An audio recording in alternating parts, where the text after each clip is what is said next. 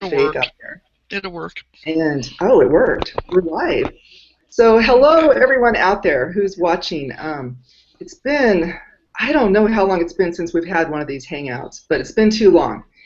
And Beth kind of prodded me earlier in the week and said, let's do another Hangout. So my name is Kelly Shaw, and I am the creator and moderator of Ladies Dream Golf. And I have with me today three of my longtime members of Ladies Dream Golf that have been playing along with us from the very beginning.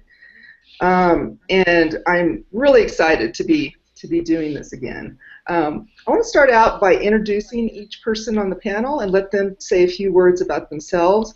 So I'm just going to go from my right to left. I'm not sure exactly how this is being displayed, but I'm going to start with Beth.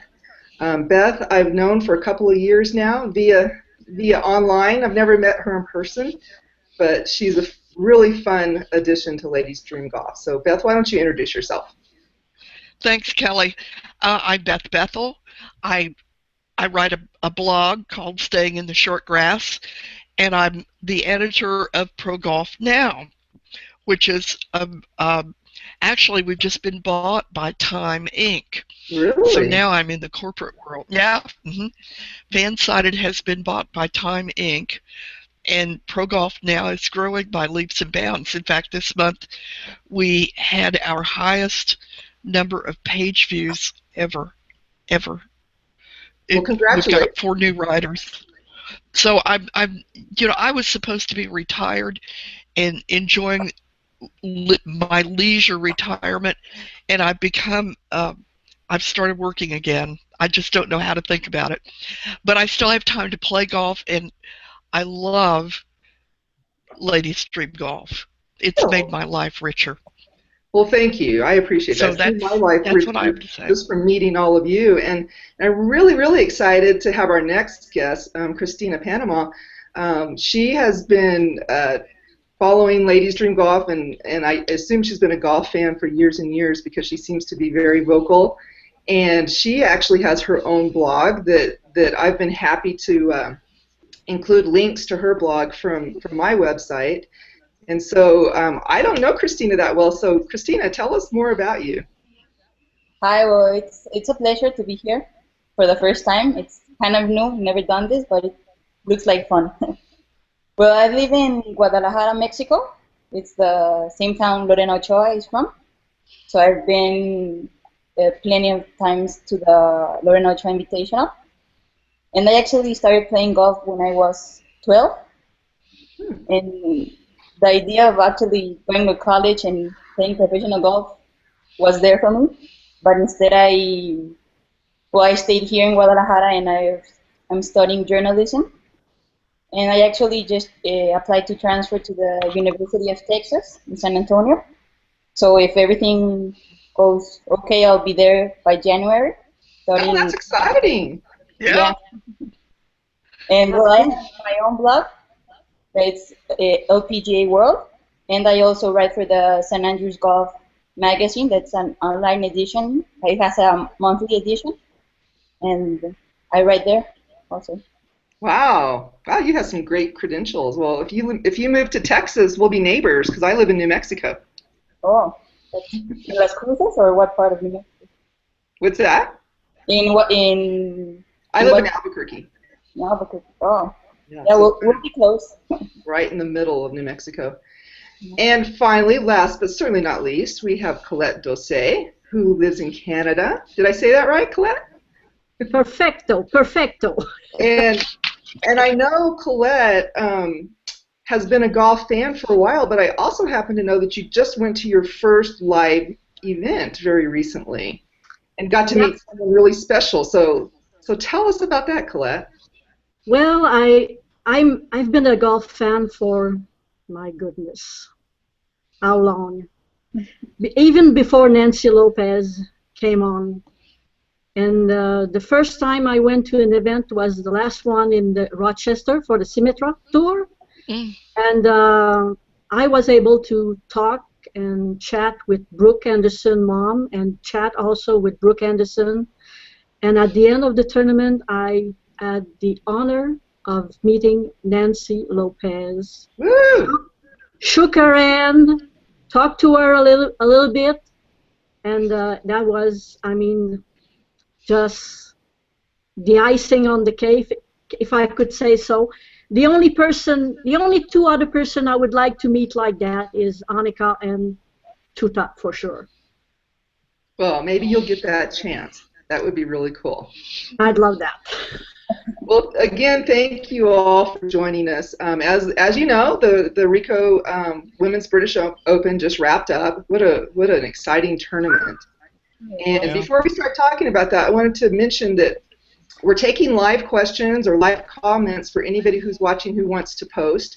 You can either post in the comments section on the Google Plus event page for this event, or on the YouTube event page, or if you're on Twitter, you can Twitter hashtag LDG Hangout, and we will take any live questions or comments. So I got the chance to watch most of the tournament on at least the TV coverage over the last few days. Not Thursday, but Friday, Saturday, Sunday. And wow, I mean, gosh, you have to admire those ladies for playing, especially on Friday, for playing in those conditions and playing as well as they played. Yeah. And you didn't know till the last minute what was going to happen today. So, you know, just your basic LPGA excitement. So, Beth, I think you had a couple of questions or comments for Colette before you start giving us your general comments. I just wondered how Colette was holding up, given... What do you mean holding up? I just have been worried about her. You know, what with Pedersen's fall from the top of the leaderboard, I got concerned that maybe Colette would have a fainting spell or something. No, I'm not that crazy. You're crazy, but not that crazy. No, exactly. No, listen, it was a bit deceiving to see her fall back on the back nine like she did today, because on the 3 previous rounds she was no bogey at all, but this one she just too bad. But what goes on with Susan is still a mystery to me. She has the game, she has the tool, she has the skill. I guess it's just between the ears. There's something there that's kind of stopping her for being the #1 player, because I think she could be the #1 player. I know she's not young anymore, she's not 18 or 17, but she's only 34. Is she that old to win? I don't think so. I don't think so either. Playing on Sunday is tough, and you know, who plays best on Sundays? In Park. How the heck does she come back from 3 shots back and win by 3 shots? Because she came in today intent on winning. She came to play to win, plain and simple. You know, Ibby Park, and I think this is what we need to be talking about. Look at the people who could have won. Suzanne could have won. The new Ricoh could have won easily. Who won? Ibby Park won. Ibby Park won because a month ago, Ibby Park said, "This is my goal. This is what I want." And she's so mentally disciplined that she was able to make it happen. Yeah, she's that one of those. You know, the commentators made a comment that I actually like. They said, "Is it possible for the #1 player in the world to be under the radar?" And because I was thinking that same thing, is that she on Sunday, even no, it doesn't matter how far back she's back on Sunday, she's just gonna be there at the end. It's amazing. Every time she's out of contention, she plays her way back in. Say that again, Cristina. There was a little bit of feedback. That every time you think she's out of contention, she plays her way back and wins. And she's so calm, shows no emotion like many other players. She's just in her game. How does she do that? What is her secret? I guess a lot of players would like to know it. They would. Absolutely. I mean, the calmness she has compared to other players, if I can just compare with Susan. I mean, Susan sometimes just loses it because she's trying too hard, and she lose her concentration because she's pushing too hard and she's not as calm as she should be. But in B, she remained calm. She doesn't show it, but she keeps in her bubble and she plays her game without anything distracting her. Yeah. See, I think that's the secret right there. She gets in that bubble and she stays in that bubble.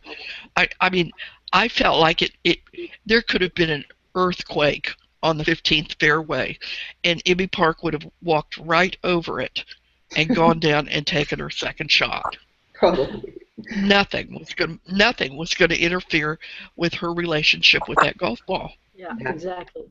So now she gets her. Cristina, I was going to ask you a question. Yeah. Who was the most surprising to you in this tournament? Well, I think it was Melissa Reed.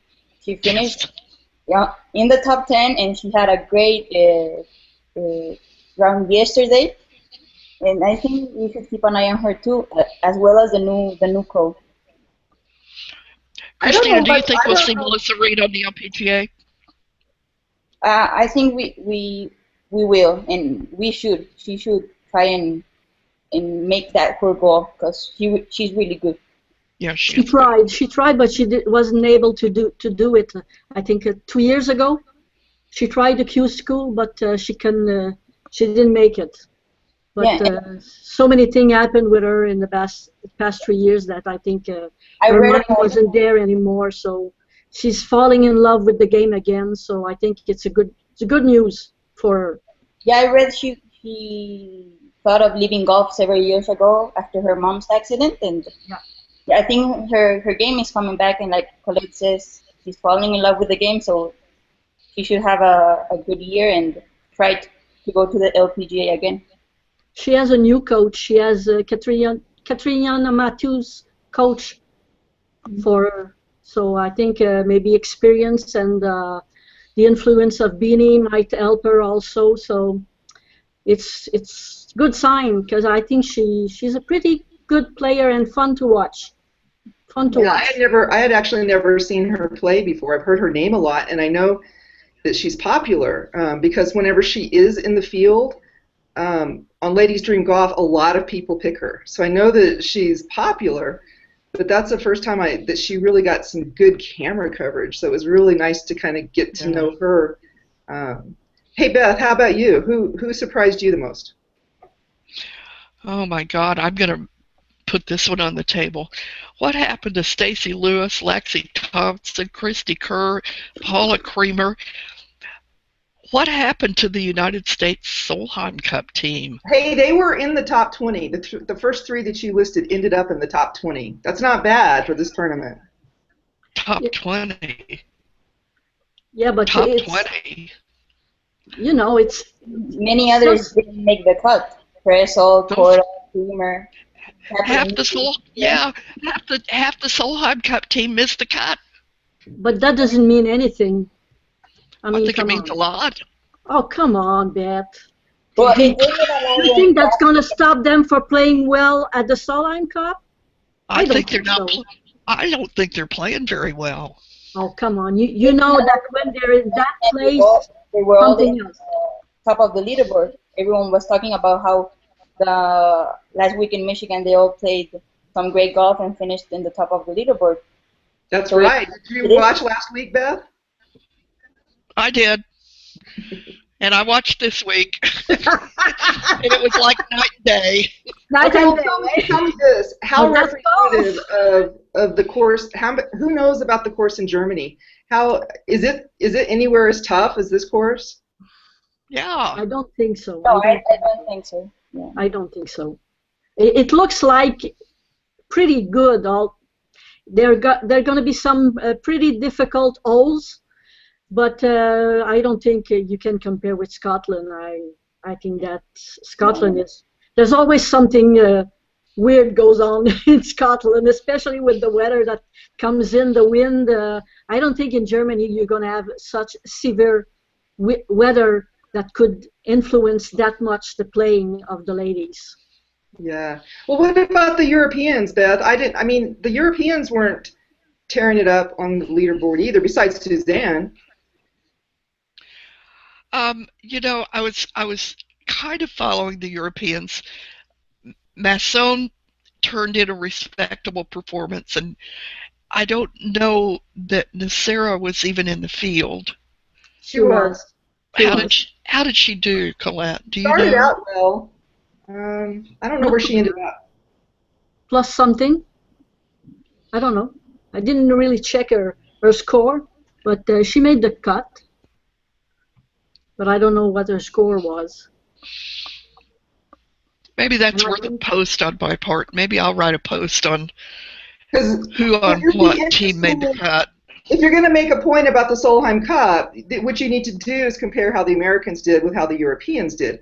I mean, who did really well this week were the Koreans and the New Zealanders yeah, and the Australians. yeah. All those players who aren't But contending. not work exactly. Maria McBride had a great third round also, and Anna Norquist finished in the top 10 Yes. as well. I don't know. Headwall finished in the tie for 28th. Yeah, well, it was not a good Not week for the such a Europeans, but good week, yeah. many made the cut. Yeah, so you know who surprised me? I was asking you guys your surprises. Who really surprised me was Mika Miyazato. You know, because I've been a fan of hers for so long, and she just hasn't really had it the last couple of years. Didn't she look And good? to see her come out and putt the way that she putted and play the way she played, I was really rooting for Mika Miyazato. I think she is. And she never stopped smiling. She was having such a good time. She And was. I don't blame her. If I'd been playing the way she was playing, I would have been smiling too. Yeah. Exactly. Me too. But Well, I don't know. well, The Solheim Cup is still pretty. I don't know. I've been kind of sort of halfway noticing how the Europeans are doing in comparison with the Americans, and I think I don't know. I think it's going to be close this year. oh, it's Beth. gonna be Yeah, it's gonna be close, very close.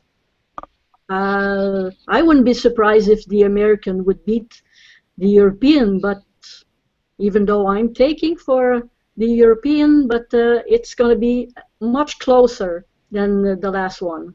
Much closer. I think it's gonna end up with the single matches. That's gonna be very important in the Solheim Cup, I think. I agree. What do you guys think about Michelle Wee? Is she going to be able to make it? Should she even try? She shouldn't even have been there to start with. I think she's playing with fire. I Yeah. think she's hurting herself more than anything. I don't know who's telling her go ahead and play, or she's making the decision by herself. But I mean, the ankle, the hip, and all that. I mean, don't force it, girl. Your health is much more important than the game. Much more important. And she's still young. Come on. Yeah. Yeah, I think she should take a month, 2 months, I don't know, but she can be playing because she's gonna hurt herself even more. Yeah. And I know that when you're a professional golfer and they say you have to rest, that's the last thing you want to do, but you have to do it.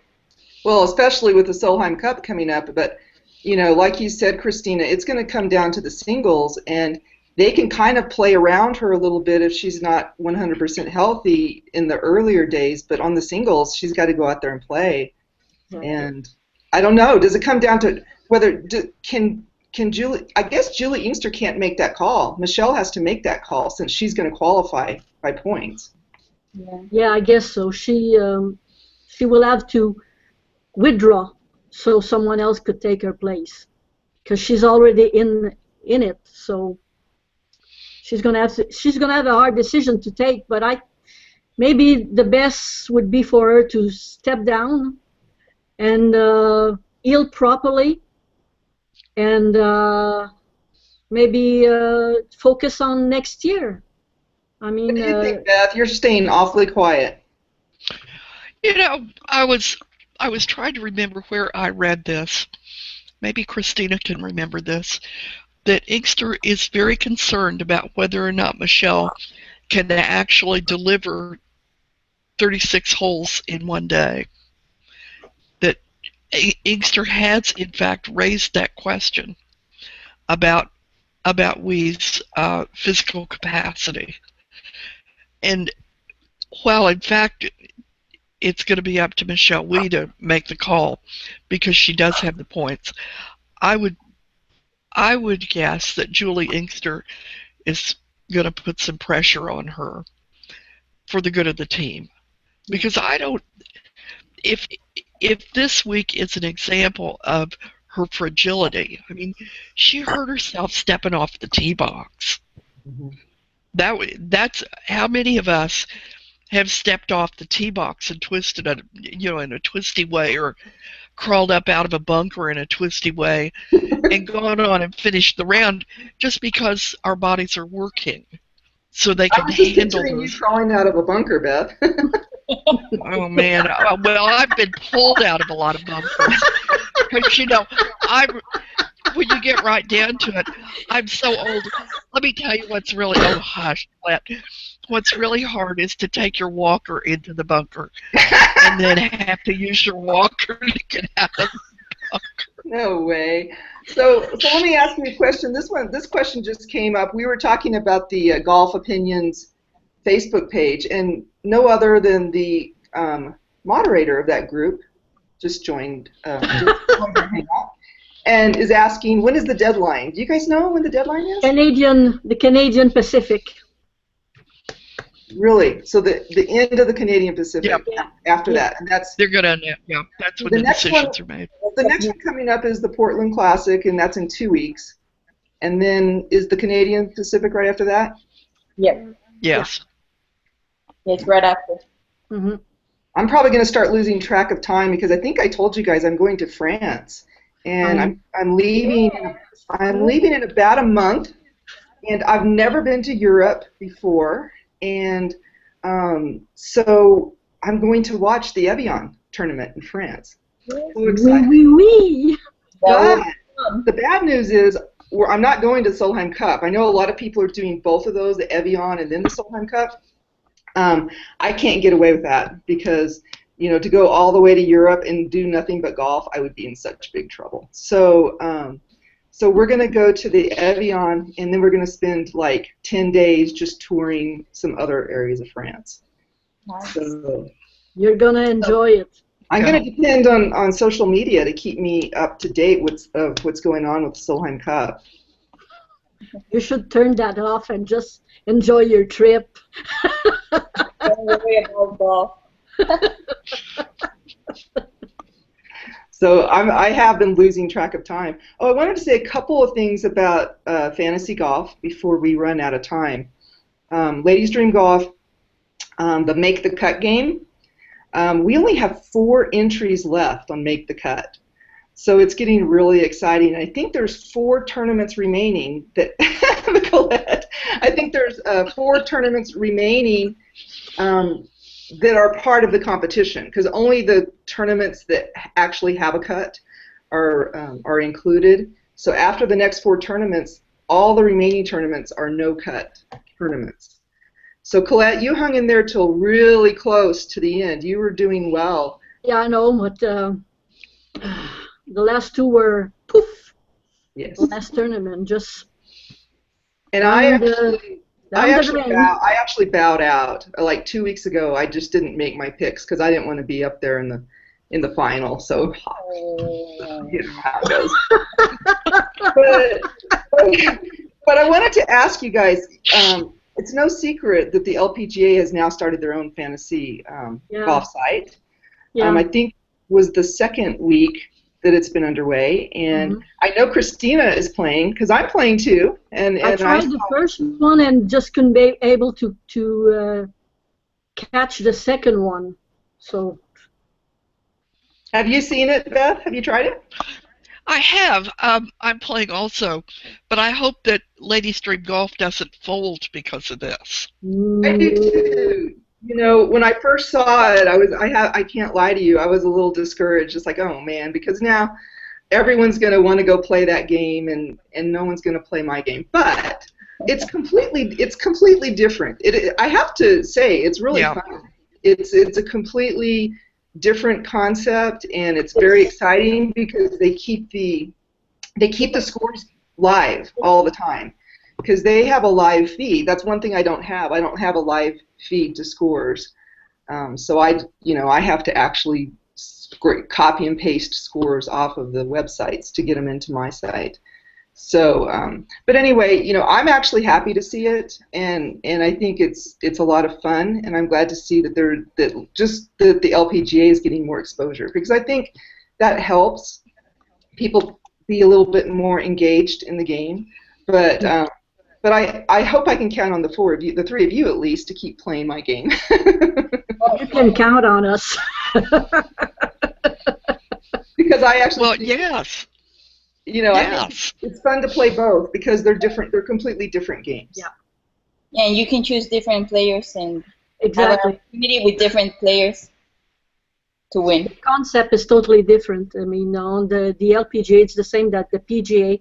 You have at least 10 choice. You have alternate at least four, depending on their rank, if it's 20, 10, or 5 points given. So it's totally different. While on it's just 4, and then you have to be more careful of your picks on the Ladies' Dream. So it's much more difficult.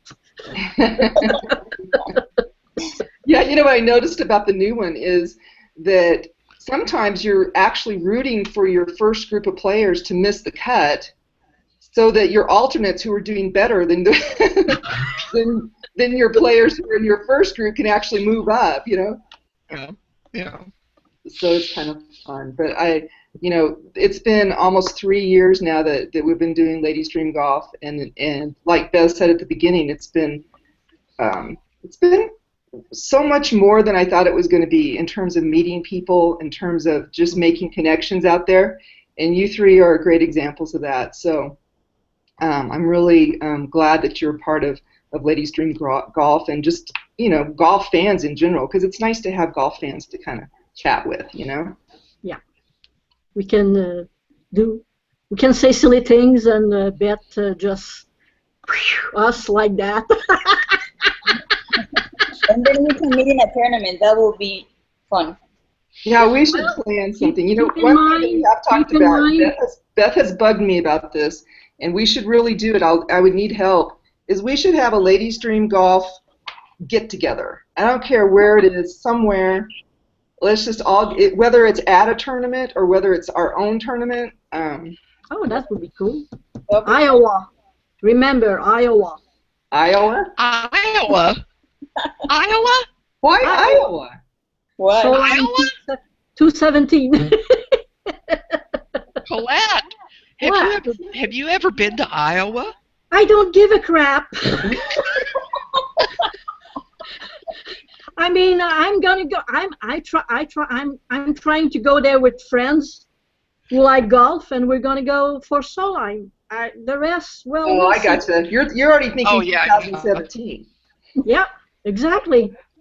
Well, guys, this has been great fun, and we're almost out of time. But I want to give each of you a chance to say whatever you want to say, whether it's a wrap up of the British Open, or whether it's a look forward to the Solheim or to one of the future tournaments. Whatever you want to say. Colette, what do you want to say? Well, Kelly, passe un très beau séjour en France et amuse-toi bien. Okay. Did you catch that? I You're will going to have to ask someone else. No, I said just have a nice trip and enjoy yourself. And golf fan, join us. All right. Thanks, Colette. What about you, Cristina? Oh, I look forward to the Solheim Cup and to see how the teams end up being. I really look forward to see if Paula Creamer is going to make the U.S. team. And, I'll wait for that. Yeah, she's right there on the bubble. So if Michelle Wee step down, maybe it will make Paula Creamer get in. I saw they asked her the other day about the Solheim Cup points, and she was about to cry when she really realizes that she's right there, but she's not playing her best golf right now. Mhm. Yeah. But she's very patriotic, loves playing so how it comes, representing the U.S. And she was about to cry, but I Yeah. hope she makes it. It means so much to them. So Yeah. Beth, thanks again for prodding me to do this. And what are your final thoughts? Oh, I think I want to congratulate Ibby Park. What a spectacular win this was. It's a very historic moment, and to see her set the goal and achieve the goal gives me a lot of hope and a lot of inspiration at the personal level, and also sets a fabulous model for young girls. I mean, I just think what happened today is quite good, Oh yeah, period. So I amazing. want to congratulate her. She Well, definitely. we have to agree that the play on the LPGA this year has been just great from a lot of different players. Yeah. Yes. So it looks good. It looks good. And Yeah. all those rookies, wow. Okay. Well, thanks you guys. I really appreciate it. We'll see you next time. Bye, Kelly. Thanks for doing it. Okay. Bye, Beth. Bye, Christina. Kelly. Have a Bye-bye. nice trip. Bye.